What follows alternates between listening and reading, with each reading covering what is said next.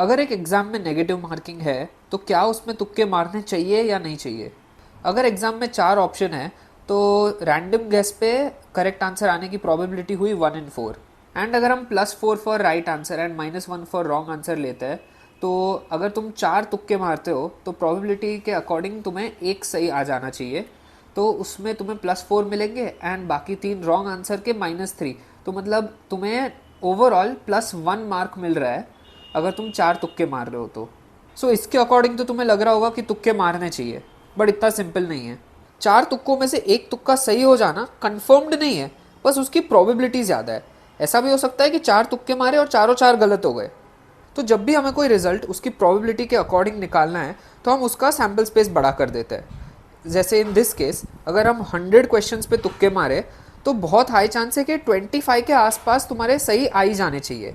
25 नहीं तो 24 या 26 पे ही जा सकता है, ज़्यादा डिफरेंस आने के बहुत कम चांस है।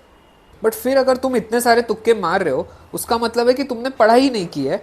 तो भले ही अगर तुक्के से तुम्हें पॉजिटिव में मार्क्स आ गए इन दी एंड, उसका फ़ायदा कुछ नहीं होने वाला है तुम्हें, क्योंकि तुम कट ऑफ से बहुत दूर होने वाले हो।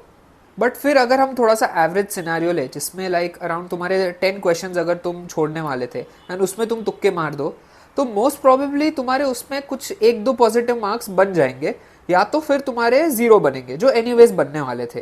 एंड उसमें से भी अगर तुम कुछ कुछ ऑप्शंस एलिमिनेट कर सको जो तुम्हें पता ही है कि कंफर्म्ड वो राइट आंसर नहीं है, तो तुम्हारे पॉजिटिव मार्क्स जाने की थोड़ी सी ज़्यादा प्रोबेबिलिटी जाती है।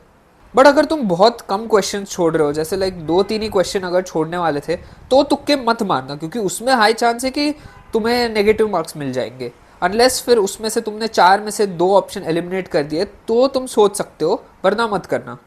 एंड ऑब्वियसली सिर्फ सिंगल करेक्ट टाइप क्वेश्चंस में तुक्के मारने चाहिए, मल्टीपल करेक्ट और बाकी सब में तो सोचना भी नहीं चाहिए।